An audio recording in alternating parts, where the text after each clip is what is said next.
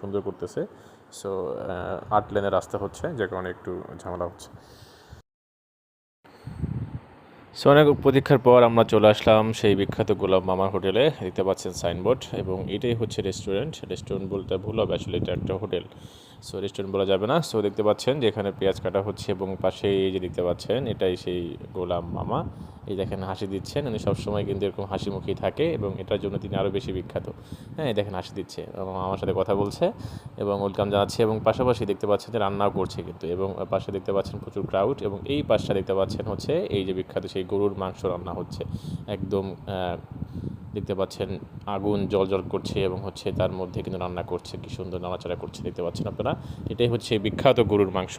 So এই মাংসটি হয়তো বা এখন নামাবে, বললো যে 10 মিনিটের মতো লাগবে এই মাংস হতে, এবং হচ্ছে পাশাপাশি এখানে চিকেন রান্না হচ্ছে, এবং ভাত দেখতে পাচ্ছেন, এই যে ভাত, এই ভাতটা হয়ে গিয়েছে, এটা হচ্ছে পানি ছাকা হচ্ছে।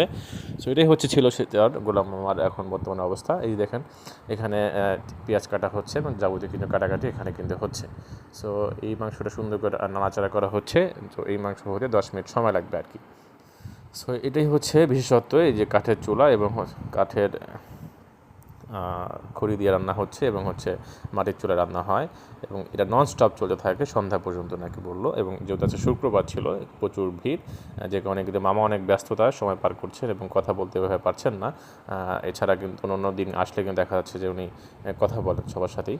সো এই যে হচ্ছে পরবর্তীতে দেখলাম রেস্টুরেন্ট, দেখেন এই যে হচ্ছে এক কড়াই এখানে মাংস, এবং এখানে মাছের আইটেমগুলো ছিল সেটা শেষ হয়ে গিয়েছে, যেহেতু অলমোস্ট এখন 4টা বাজে।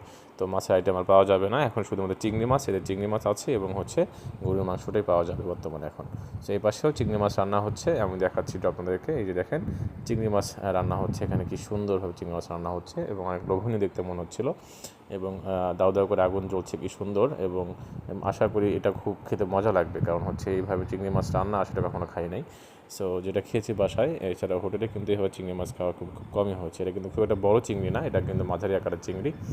এই হলো অবস্থা, এবং দেখতে পাচ্ছেন হোটেলের অবস্থায় যে চৌকিতে বসে আছে, চৌকিতে বসে কিন্তু তারা হচ্ছে খাচ্ছে, এবং হচ্ছে পাশে কিছু ব্রেড ছিল, একটাও খালি ছিল না, সবগুলোই কিন্তু হচ্ছে বুক ছিল। তো আমরা কিন্তু ওয়েট করছিলাম, এখন কখন খালি হবে জানি না, এরপরে কিন্তু আমাদের বসতে হবে।